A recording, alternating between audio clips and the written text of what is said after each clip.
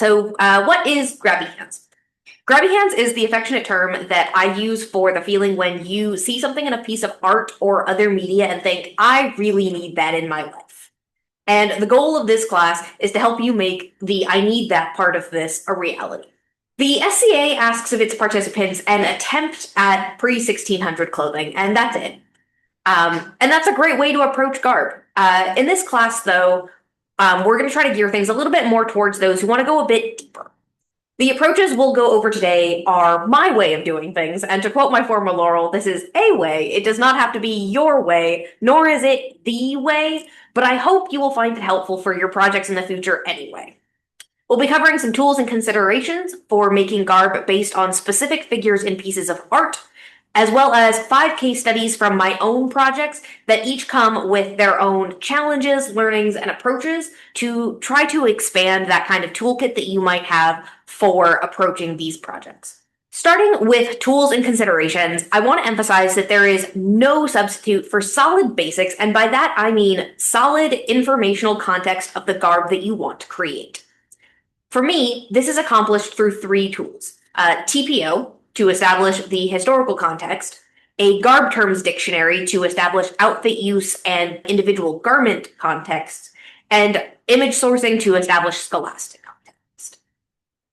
We're going to start with TPO, which is the concept of time, place, and occasion. It is a concept that was originally meant to help guide people into how they should dress or act appropriately for the social context that they're in, but it's one I feel really well describes how we think about historical context too. The goal of this approach is to narrow the scope of your project and to challenge any preconceived notions you may have about what you might be seeing in art. So the first of those 3 TPO aspects that we're going to look at is time. Not just because it's often the easiest, but in some ways is the most important of the 3. And there are a couple of different aspects to that particular consideration. The first of which time is relevant. It may seem counterintuitive, but a single piece of art can reflect multiple different potential times. The first question to ask is, when was this art made? Followed very shortly by, when is this art supposed to depict? And they're almost never the exact same answer. The way that you think about how when that art is supposed to depict can tell you a lot of really interesting things about how the subjects of the art or the people meant to be consuming the art view themselves in history. Secondly, fashion moves really quickly even during the SCA period. While in the SCA, we often describe our persona and our outfits at the century level, fashion happens a lot closer to the decade level or the year level. And narrowing down that time scope as much as you can reveal a lot of nuance in your projects. The next aspect of TPO is place, and it's sort of the easiest, but sort of also not, depending on how deep you want to get. The projects that this class will focus on are all from Spain, because that's what I do and is the context of my body of work. But Spain isn't just Spain. Spain is Al-Andalus and Asturias and Leon and Castilla and Navarre and the Basque Country and sometimes Portugal and Italy and even the Netherlands. And all of these areas can have differences in environment, religion, politics, and language. A great example of this in Spanish is the words saya and gonela. We'll learn more about the ways that sayas can be confused for other dresses in the woman in the yellow dress case study. But in this instance, these are 2 terms that refer to the same garment. Saya, which is the term that I use for a standard foundational supported dress, is a saya in Castilla and Leon, but in Aragon and Valencia, that same garment is a gonela. When you're thinking about place, you got to ask yourself a couple of different questions. Who is the dominant power in this time and location? Where are they from? Are they native to the location or foreign? Are they accepted and assimilated into local culture, or is there resistance to that influence? And have there been significant past powers that may be influencing fashion? What are the environmental conditions at this time and place, and are they normal or abnormal for this time and place? Are there regional differences, and what languages may you need to contend with in your research? Do you know enough of those languages to be able to fact-check any relevant translations? Occasion is the last piece of the TPO puzzle and is one of the hardest to pin down. Occasion can mean the occasion in the art, the occasion or purpose the art was created, or the occasion of your own garb goals. Questions to ask for this section are a lot more varied, and there's a bunch of them in the handout, but the ones that I think should be focused on are: what class is being portrayed in this source? Is that the same class they are being portrayed to? Meaning, if the person is supposed to be a person of lower class, is the intended consumer of that art also meant to be a person of lower class? And how might that influence how that person is perceived by the intended consumer of the art? Are there any indications of occupation around this person, like tools or the setting that they're in? Is this person a famous figure, secular or religious? Is this person meant to, do they match the setting they're in terms of what they're wearing? If somebody is doing a messy job like butchering or something, are they wearing the clothes that you would expect a butcher to wear? And then lastly, what is the purpose of this piece of art? Is it to communicate religious teachings or parables? Is it to show patronage or wealth of the commissioner or the subjects? Does it commemorate a historical event? And is it somehow politically motivated? All of these questions can and do influence how the person or the figure in each piece of art is portrayed. Once you have established a historical context of your art, I like to move on to the outfit and the functional context of the art. And for that, I use a garb terms dictionary. This tool that we'll see in a little bit is a list of garb terms that you use routinely to describe specific garments. What this does is establish consistency in your documentation and research. It helps articulate the knowledge that you have about each piece of clothing and helps you keep track of outfits both as a collection of pieces and a sum of their parts. My garb terms dictionary lives in a Google Doc, and I like doing it this way because it's meant to be a single location where I can update individual terms and know they'll get updated properly. It's evergreen, it's embeddable, it's transportable across multiple different platforms. And I find it really easy to have like one central place that I have to update all of this stuff and know that it's going to be updated wherever I need it to be. It's organized by categories like undergarments, structural wear and foundational garments, outerwear, headwear, footwear, accessories, but you can choose whatever kind of headings you like. I then like to organize individual garments by alphabetically by garment name. This document is helpful even when your terms are in English, though, because the real point of this exercise is to make yourself write down and articulate what you understand makes each garment what they are. To that end, each of my entries includes the word for the garment in Spanish, a definition written out in English that describes the essential features of the garment, any additional notes on historical context or unique characteristics, a list of associated documented projects from my repertoire that feature this garment, especially for when I need to go back and look for my older references or how I did something in the past to recreate it in the future. We could probably do a whole class on high quality image sourcing for garb projects, so I won't belabor the point, but I do want to encourage using the best possible images when you're doing art projects, and we'll see why in some of our later case studies. When you're looking for images, try as much as possible to follow the breadcrumbs back to where the painting or other piece of media is being held or was originally held. And it can get you some higher quality images, particularly when you can get down to like the museum level and go for their images directly. You can also leverage the SCA Artisan Hive Mind and see if anybody you know who's doing something similar may have a better quality image than what you can just get out of a book or something that you can really zoom in on. Google reverse image can be your friend, and it can also work against you. Be careful, but it's a great place to start sometimes. And as always, store your references when you find them so that you don't have to do any backtracking. So, our first case study. The first outfit we're going to talk about is one that I made as part of an entry to Persona Pentathlon at Kingdom Arts and Sciences Festival in 2024. This outfit has 5 elements: the camisa, which is the shirt, the gonete, the cute little red jacket, the vasquinha, the skirt, a pair of chapinas, which are not in the picture, but are really cool, tall platform shoes, and a velo, the black veil. The woman who would have worn this outfit would have been an upper middle class woman from the mid-16th century, between 1530 and 1550-ish, specifically in the province of Castilla in Spain. And I know I've said so far that this class is about using single figures in art pieces to create outfits, but I'm going to bait and switch you a little bit here because this first case study is making the case for including projects with large samples of art in your repertoire. The outfit we just saw is based on a survey of 91 different individual garments to help establish what makes a gonete, a vasquinha, and chapines what they are. This survey ranged from cut, color, associated garments, identifiable social classes, specific locations within Spain, ornamentation trends, and more. And what that allows you to do is safely assert what makes these garments what they are, but also what makes something Castilian versus just Spanish in general.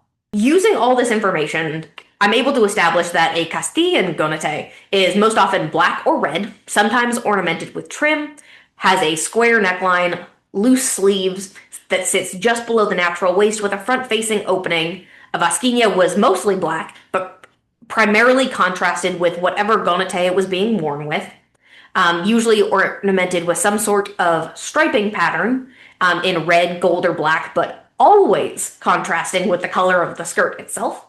And that chapines, the platform shoes, were regularly worn with both garments, but mostly by either women who were engaged or married, and usually come in brown and tan and were heavily ornamented with precious metals, stones, and painted decorations. And that's a huge amount of information to gather just from surveying art.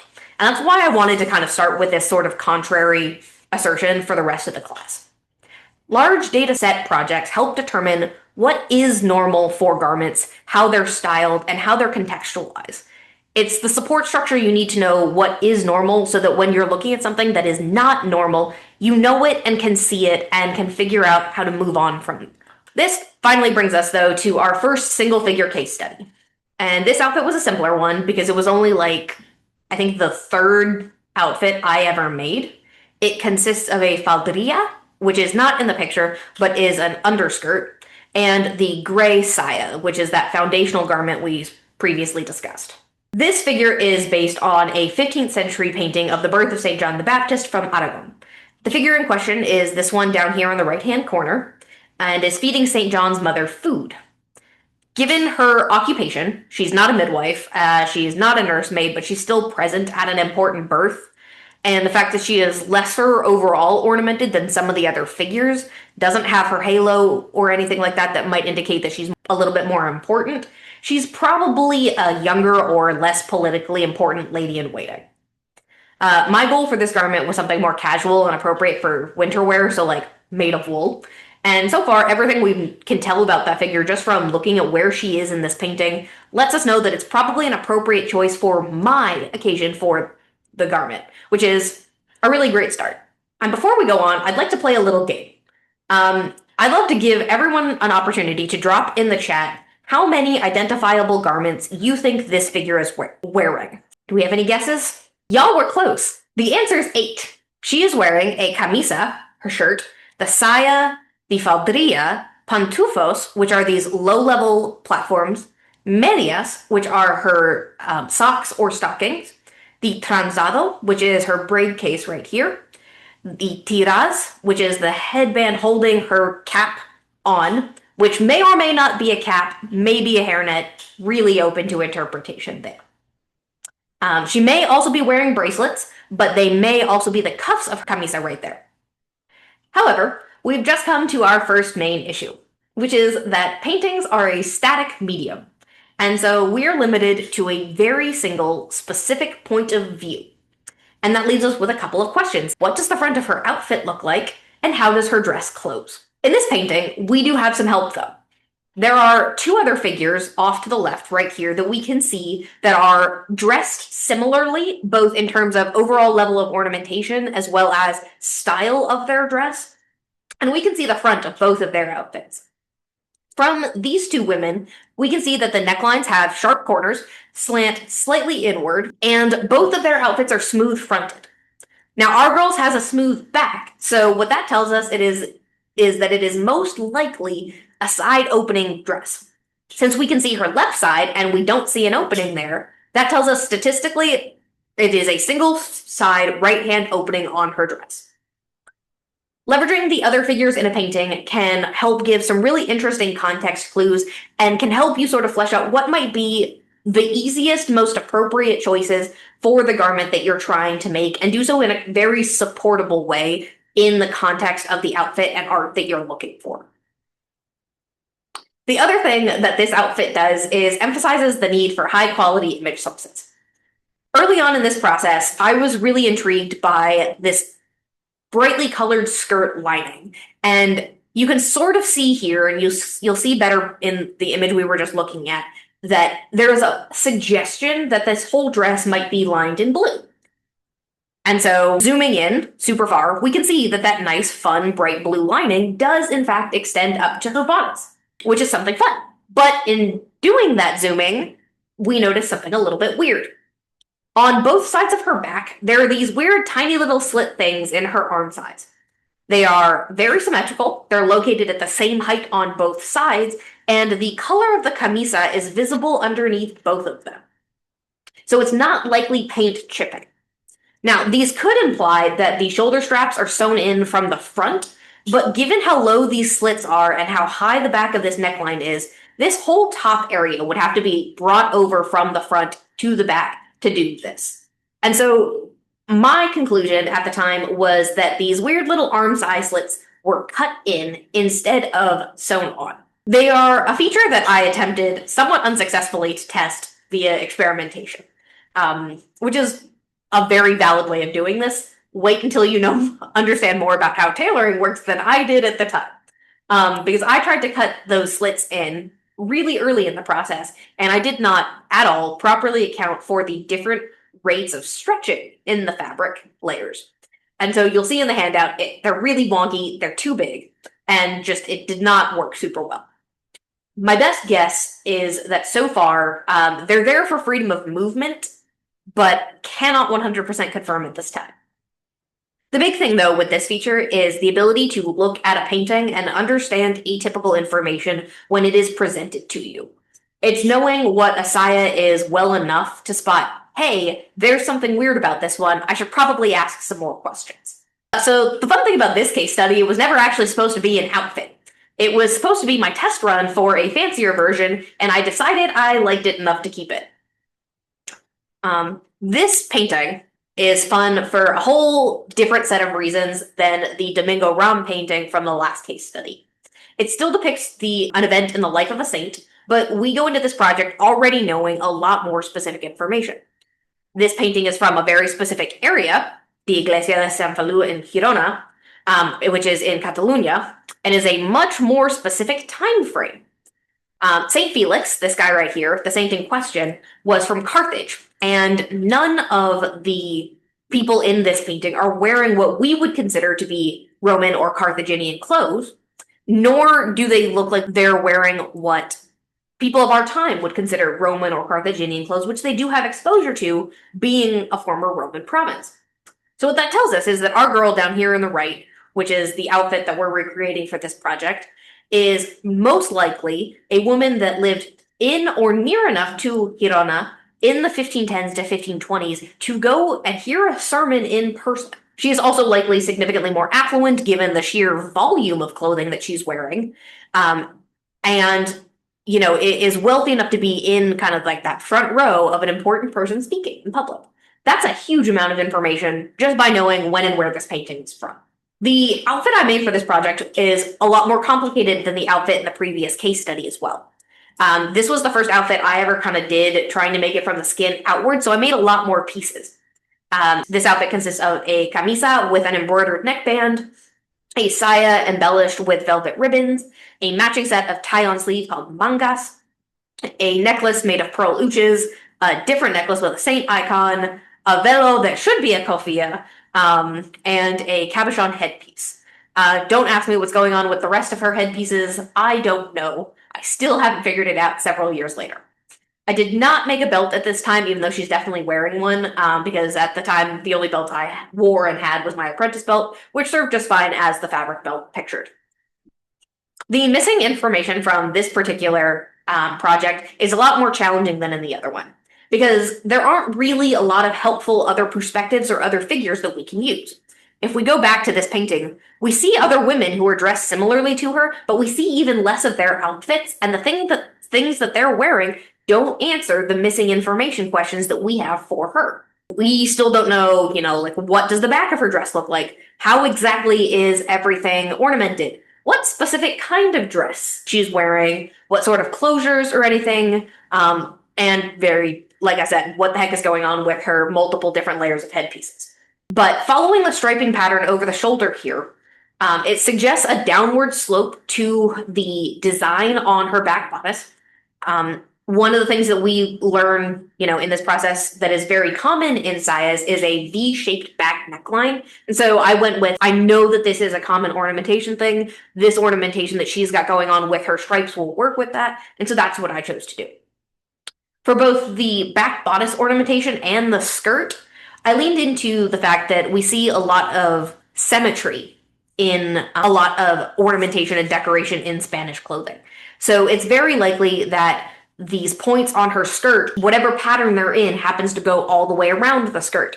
It's very likely that the pattern and striping on the front of her bodice is mirrored on the back of her bodice. So we see 2 sets of vertical lines going around the skirt, but we don't see more than 2.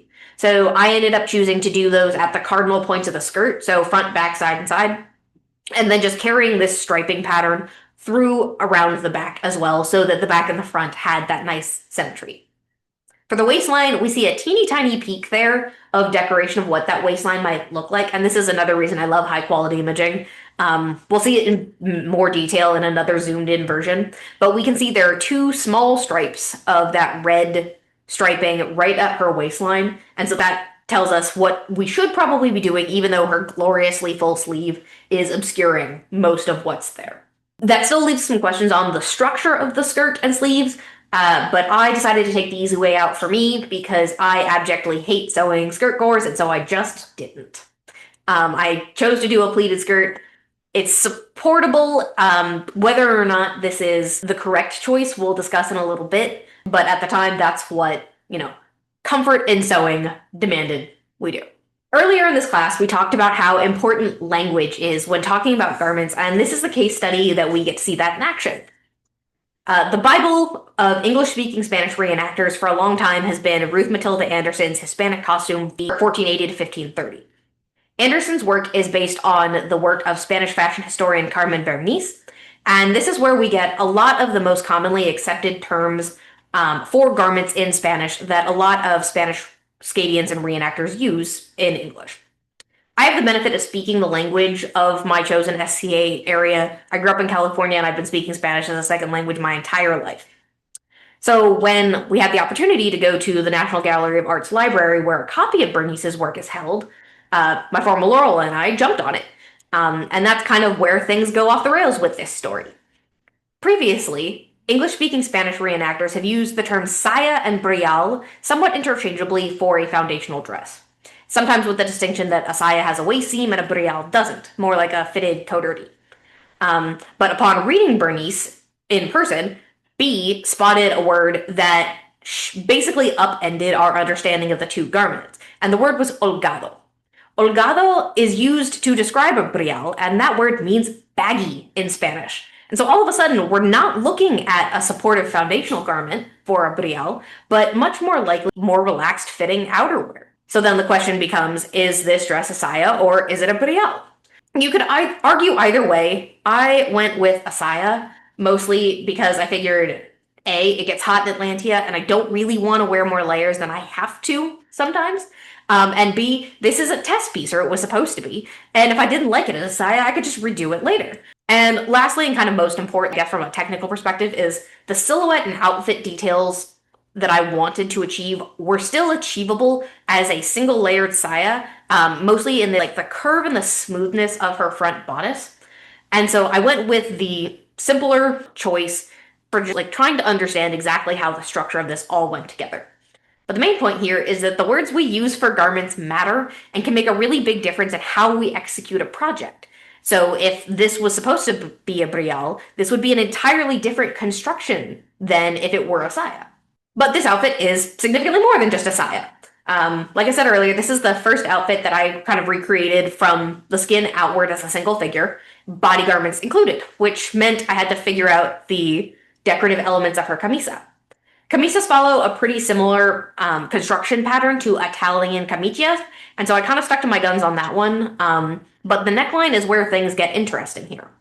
This figure has some really lovely patterns of blackwork around her neckline, but this border is at a fairly sharp 90-degree angle, indicating that it is probably on some sort of band that the garment is gathered into, which is pretty consistent with the construction approach. It also has some regularly occurring heavier lines of embroidery going down the body. There are some fashions from Al-Andalus which turned into a striped style of camisa called a camisa marcomada, that features stripes down the sleeves and sometimes down the whole body. Some Italian styles of camicias also figure embroidery going down the body pieces. But this is where we have to admit that sometimes I don't want to is a reason to make a garb choice. I did not feel like embroidering entirely down the body of this camisa, and so I didn't. The alternative to flat embroidery here, though, was smocking, which is embroidering over the gathered fabric. And it is both not a skill I had, and honestly, not one I wanted to pursue at the time. So I made the decision to focus my efforts elsewhere, which we'll see in just a second. As long as, though, you can acknowledge what probably should be happening, and you can articulate what you might be seeing, it is perfectly okay to make a different choice. But knowing where to draw that line between what they would have done versus what you did is, I think, what makes kind of the big difference in success in documenting projects, even when you've made alternative choices. I stuck with a flat embroidery only decoration on a band around the neckline. It was a woven herringbone, but there's some really fun opportunities we'll see in a later case study to do some decorative blanket stitching as well that would give a similar feel to this. In contrast to the last slide, though, where the answer to do I really want this new skill was no for her jewelry, I didn't really have that luxury. She's wearing some very distinctive pieces of jewelry, and I did some shopping, but there wasn't an easily available solution that I liked, like there was with the embroidery, that fit what it was supposed to be. And so this is the area that I decided to stretch for some new skills. She's wearing 3 pieces that I find kind of interesting. The first is her choker, which is gold toned and can either have a clear or yellow cabochon or be round beads, possibly plain metal, possibly pearl, given the reflectiveness of it. I found some cute gold and pearl cabochon ooches that I ended up making a choker out of, and they're just attached together with jump rings and a clasp. Nice, easy, solid start. The second piece I did was the headpiece, and it was a mistake from start to finish. Part of it is in the interpretation.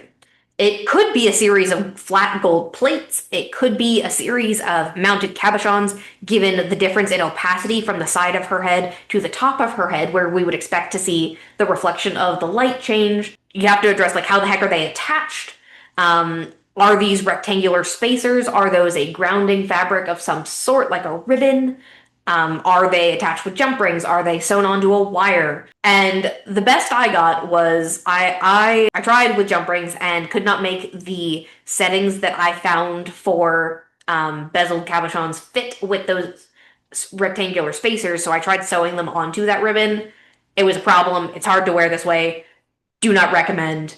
It has largely been repurposed at this point and has gotten at least partially deconstructed, but it was worth a try to at least try to explore what didn't work, so in the future I can try again and see if something else goes better. The last of the 3 pieces is the easiest. It's a gold pendant, a rectangular gold pendant on some black fabric. Statistically, this is most likely some sort of Catholic imagery. However, I'm Jewish, and wearing the iconography of a religion I am not part of gave me a little bit of an ick. So I decided to use an icon of the saint for whom my SCA household is named. Really simple pendant, just on an extra bit of velvet ribbon with a shank and loop chain as well. I was glad to push myself to try some new jewelry making skills. Definitely a limit of the capacity for trying new things I had at the time. Was not meant to be a jeweler, and I can admit that about myself. There's a lot more going on with this outfit, and we could spend probably the whole hour on, again, what the heck is happening with these headpieces. But the big takeaways from this section are Again, make sure you have high quality images to explore your figures in a lot of detail. Learn as much as you can about them from their outfit and what you know of typical ornamentation styles, and don't be afraid to try some new skills to achieve the outfit that you really want. All right, our next case study is on the outfit that I made for my elevation to the Order of the Laurel earlier this year. This one's an interesting concept because of how different my occasion for the outfit is versus the occasion for which the outfit was drawn. This outfit is meant to be a walking out outfit. This is not this figure's formal wear, and it is certainly not this figure's capstone of her career as a garb artisan. But like genuinely, it has become one of the nicest outfits I owned. Like I use the fancy good fabrics for it. She's probably wearing wool here. I grabbed silk and about as much bling as she has, but this is probably just this woman's everyday. She doesn't have any servants with her. Her choppiness are not that tall, which meant she likely had the freedom of movement to walk around unassisted or needed the freedom of movement to walk around unassisted. So she's probably not disgustingly wealthy, but this woman is by no means poorly off. She's also wearing choppiness, which tells us she's probably married. So this is, you know, a householder woman of some means going about her day. She is also wearing so many things. This figure has no less than 13 different identifiable components between her profile and her back view.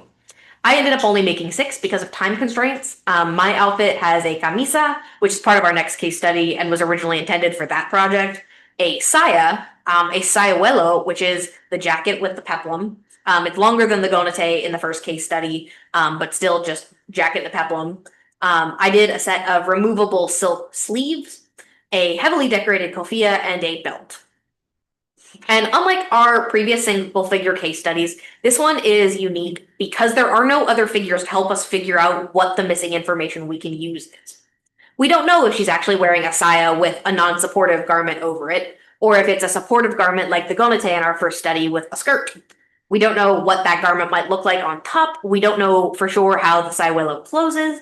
We don't know how the skirt bodice are attached. We don't know any details about the second layer. I didn't end up making that second layer, but there's a lot of questions. Is this part of her camisa? Is this an additional partlet on top of her camisa? Like there's a lot going on here. But what do we do in a situation where this is all the information we get? And the solution I chose was to build on previous experiences. Since I'd wanted to try the outfit in case study 1 as a saya and a non-supportive gonete versus the supportive gonete and skirt that I did do, this felt like the right opportunity to attempt it, and so that's what I did. From there, I can extrapolate that the closure of the sayuelo is likely an obscured front closing garment like the gonete, and since it doesn't have to be supported, you don't need lacing rings or anything like that, I could just stick with hooks and eyes and do a saya like I normally would. For the saya itself, because there isn't any additional information, I kept it really simple. I leaned into the patterns of my fabric for decoration and used one of my very standard patterns that I know works because it's what I wear on a day-to-day basis, and didn't overly decorate it. For the decoration on the front of the sayuelo, the woman in the yellow dress case study was super helpful because I could use that as an experience to extrapolate the striping patterns.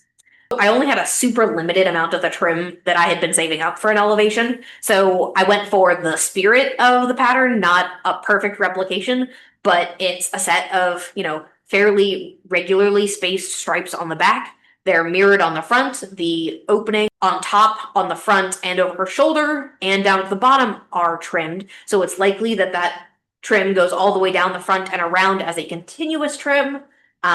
You can kind of take a guess at what that should be based on what we do see. The waist insertion, however, is an interesting point where knowing how garments work matters.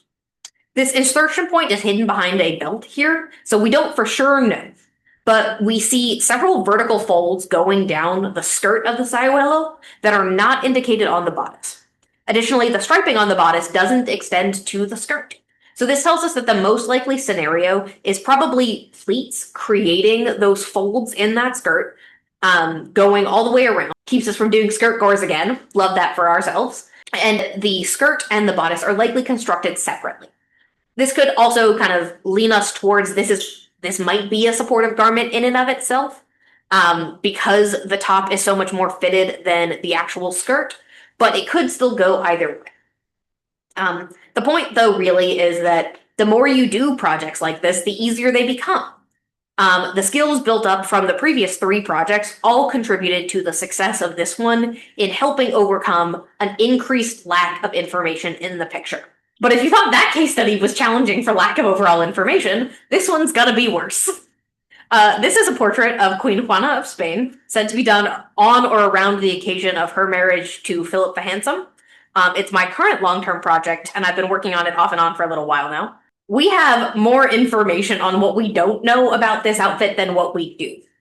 The garments we can see are an embroidered camisa, a black dress of some kind, a white overdress of some kind with goldwork embroidery, sleeves that tie on and match the overdress, a necklace with unknown ornamentation, and some sort of hairpiece. The missing information is absolutely everything else. This is a case of where missing information is the only information we have. We don't know what either of her dresses actually look like. We don't know what that hairpiece actually is. I have a theory that we'll get into in a second. We don't know what sort of additional accessories she may be wearing. We don't know what her shoes like. So how the heck do we turn something like this into an executable outfit? Well, the only information we have about Juana here is Juana herself, and so that's what we do.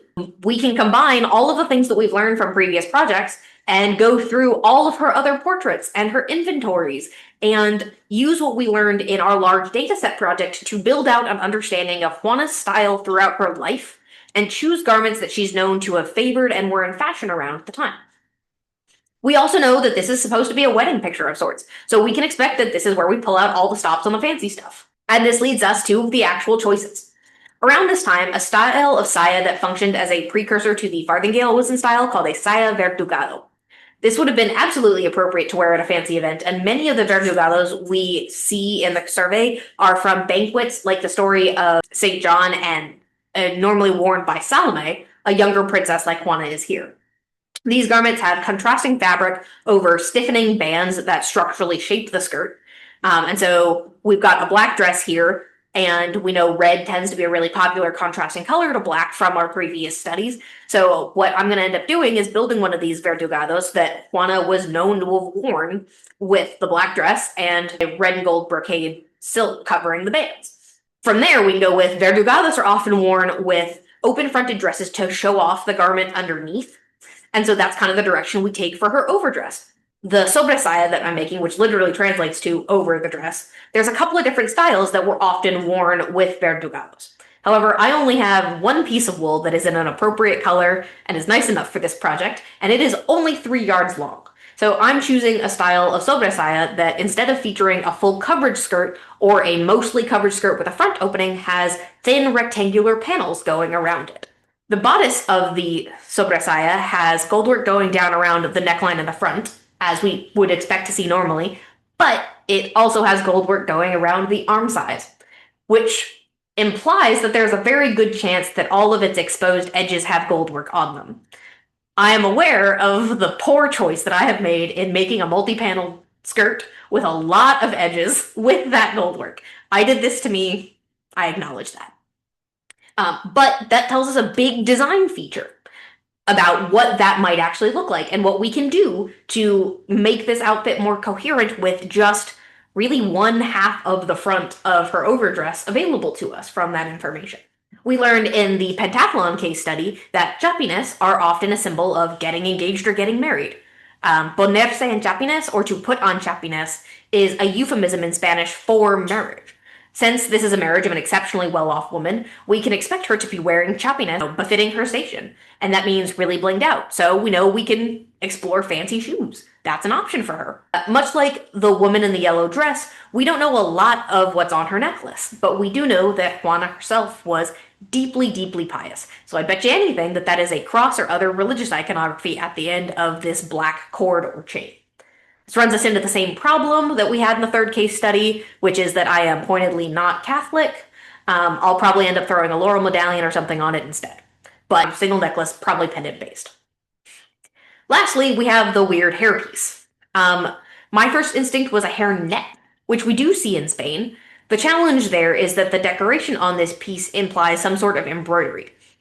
And while there are embroidered hairnet examples, there aren't any that I know of that are Spanish.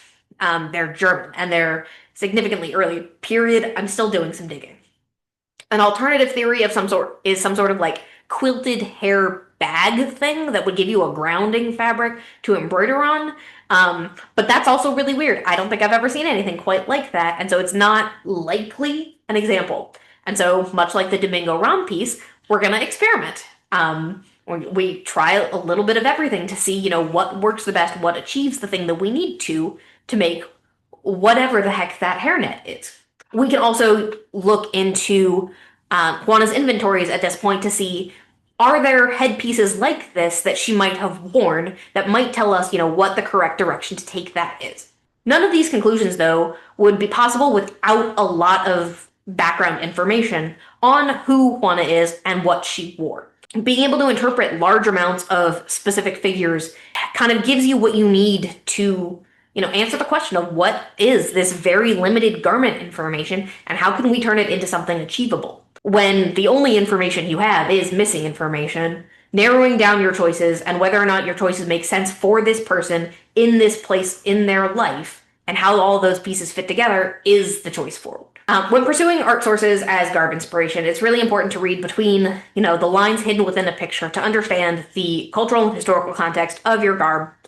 The answers that you're looking for are really often hidden not only within the piece, but within your own background as a researcher and artisan. And if you understand the context, historical, artistic, and otherwise, you will understand the clothing significantly better. Thank you all so much for joining us. I know we're finishing right around on time, but if you ever have any questions, please let me know. Please reach out, and I really appreciate your time.